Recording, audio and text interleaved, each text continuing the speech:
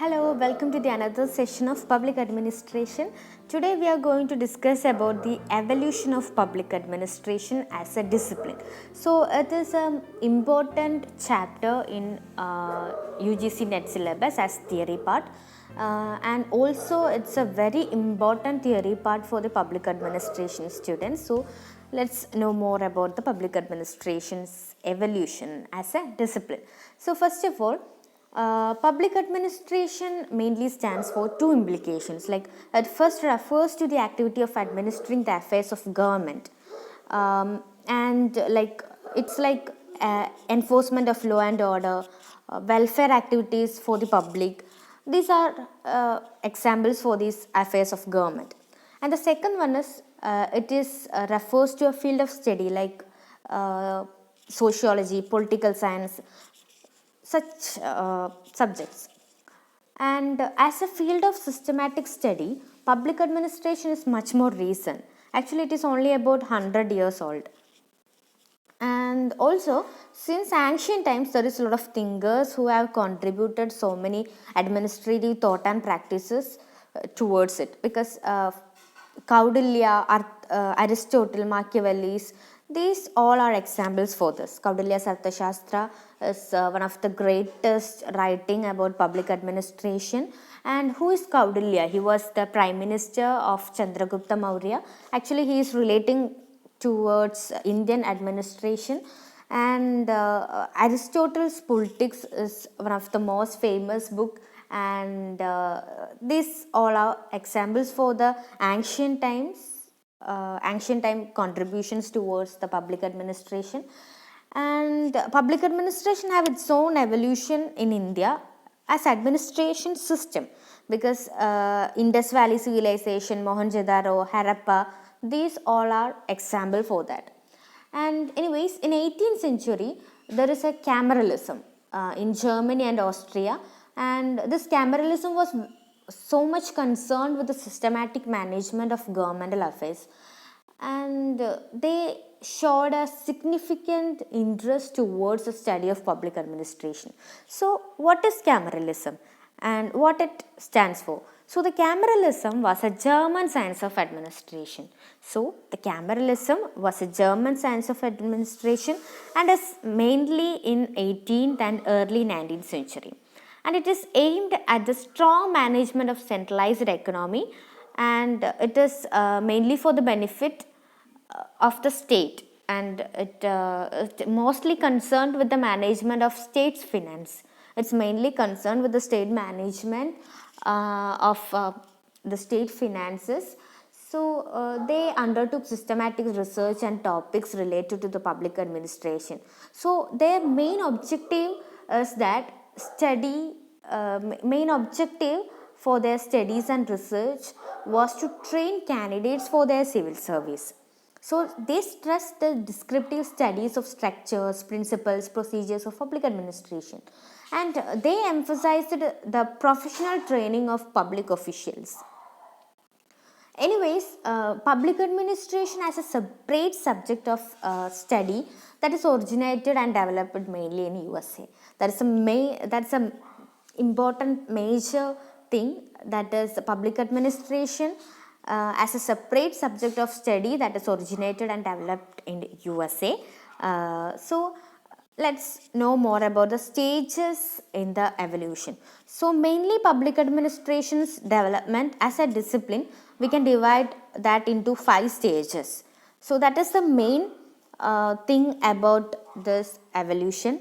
And there is public administration in ancient times, and there is also public administration in 16th and 18th centuries.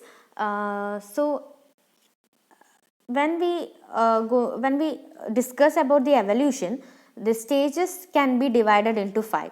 The main stages, first stage is politics administration dichotomy, that starts in 1887 and ends in 1926. The second stage is principles of administration from 1927 to 1937. Stage 3 is era of challenge, that starts from 1938 and ends in 1947. Fourth stage is crisis of identity, that starts from 1948 and it ends in 1970. The last stage is public policy perspective that is starts from 1971 and it continuing.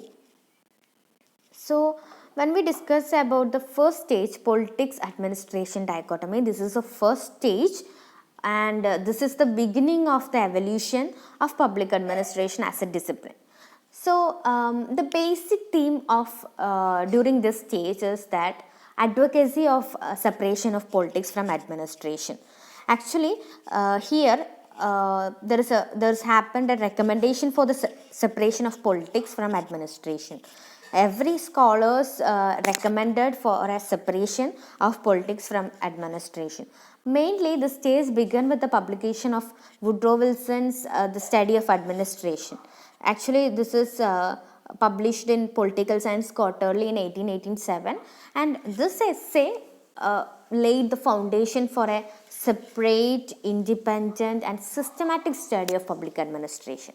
So, the Woodrow Wilson is known as the father of public administration. He is regarded as the father of public administration. That is an important one. Who is the father of public administration? The answer is Woodrow Wilson. So Woodrow Wilson separated administration from politics because he is actually like he was argued that politics is concerned with policy making, while administration is very concerned with the implementation of policy decisions. So his thoughts and his argument was mainly it is getting to be harder to run a contribution than it is to frame one.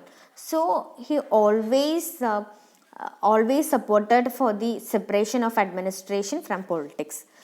And Woodrow Wilson believed that administration is a science.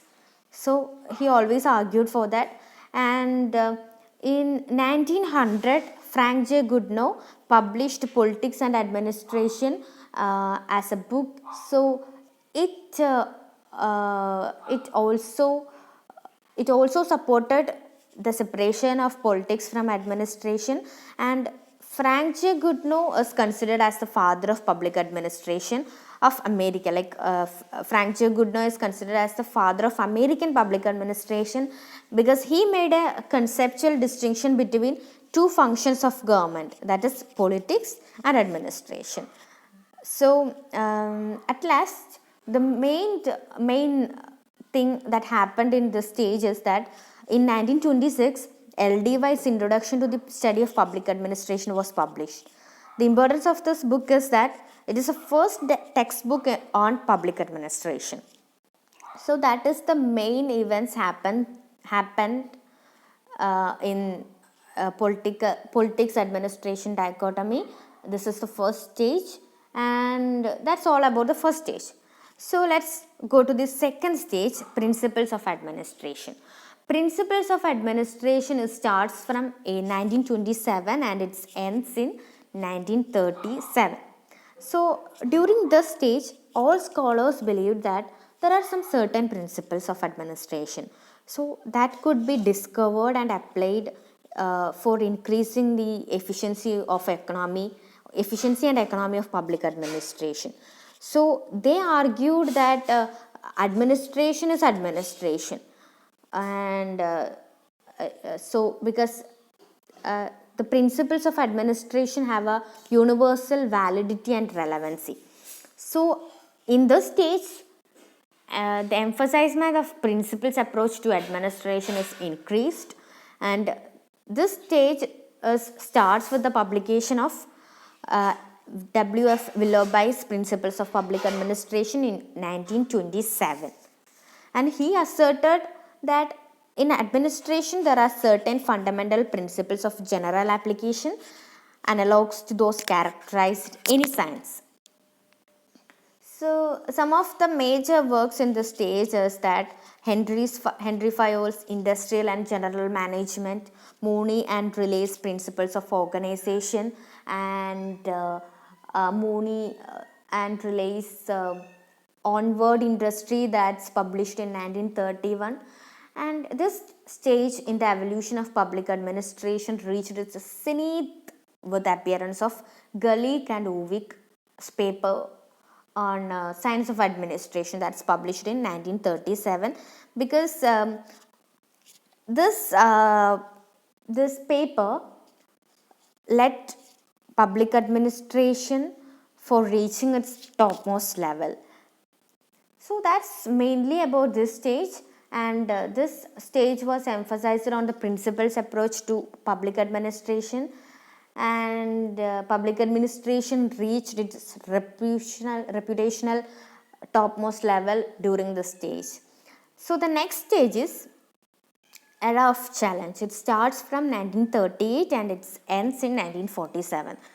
So as its name indicates, the stage was faced a lot of challenges, because in previous stages they supported in previous stages they argued for a separation of politics from administration, and they give more importance towards the principles approach to public administration. But in this stage, the main theme was advocacy of human relations. Everywhere, scholars recommended for the human relations and behavioral approach to the study of public administration. And other important thing is that the idea of politics administration dichotomy was rejected in this stage. And third one is that the principles of administration was challenged. So these are the main thing happened in this stage. And during this stage, there are principles approach criticized as a mechanistic approach. So because mechanistic approach is like it is emphasized on the formal structure, and it's fully neglect of socio psychological aspects of organizational behavior, and it is working as a formal thing. It doesn't have any type of organizational behavior. So in the Hawthorne studies that started in 1924 and ended in 1932 gave a rise to human relations theory of organization.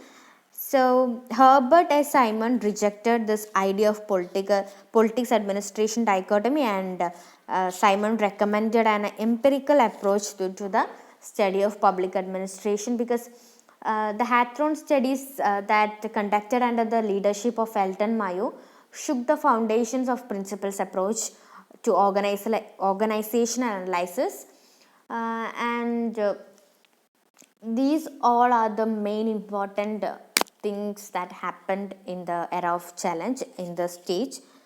These all are the main thing, and the next stage is crisis of identity.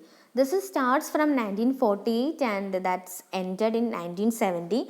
So we already discussed in the previous stage that everywhere this principles approach challenged, and principal approach challenged, and they rejected the politics administration dichotomy, and they advocated or they recommended for the human relations approach.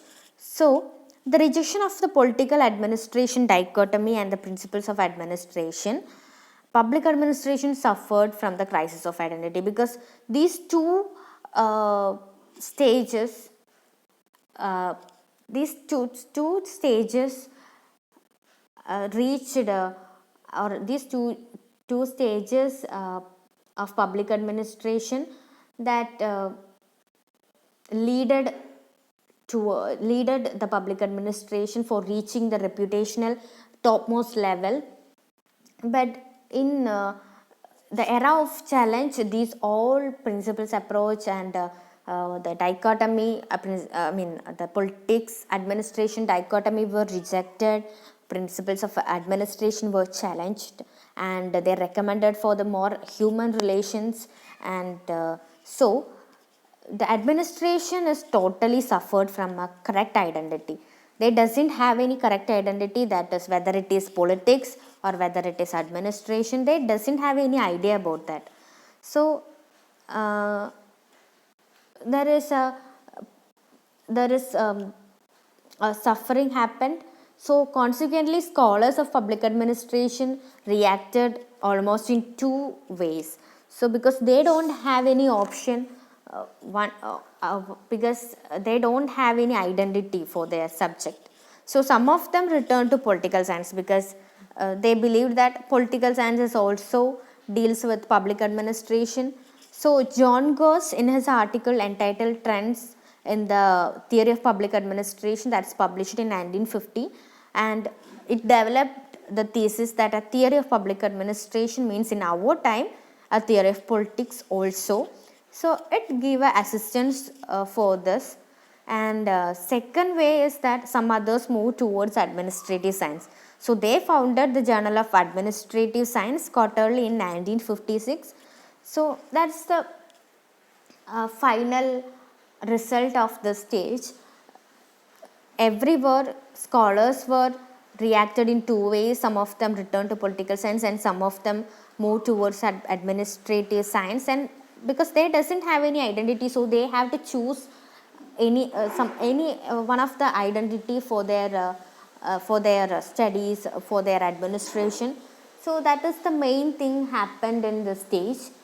Anyways, however, in both cases, either towards political science or administrative science, public administration lost its separate identity, and it is forcefully, or it forcefully had to merge with a larger field. So that's why the stage in the evolution of public administration is called as the stage of crisis identity. That's the major thing about the stage. And the major works of this stage is that Organization in 1958, that is by March and Simon, and the other work is Handbook of Organization, that is published in 1965. That is also published by March, and that's all important thing about the stage.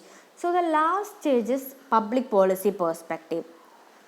So public policy perspective, that is starts from 1971, and the evolution of public administration is still continuing. That's what the stage meant for. So the main theme of this stage was they concerned more about the public policy analysis. So this stage's main theme is that this stage of evolution is the final stage of this evolution is more concerned for the public policy analysis. So public administrationists are showing much more interest to related fields of policy science, political economy, policy making, policy analysis, and so on. So public policy approach got acceptance in administrative analysis as the traditional idea of politics administration dichotomy were also here abandoned, because all public policy approach got acceptance. So the traditional idea of politics administration dichotomy must be abandoned in this stage. So that's the main thing. And by the adoption of this public policy approach, public administration has become interdisciplinary, and it gained in social relevance and it's expanded its scope. Mainly that's happened in this stage. And we know more about the public administration, that is enlarged with its contributions. And now public administration is having a public administration is a discipline. It's a field of study, it's a systematic field of study. That is more important about this evolution of public administration as a discipline. So after this, we have to know more about the present status of the public administration, that we'll discuss. Thank you so much for watching this video, and Please give me more support for posting more videos. Thank you.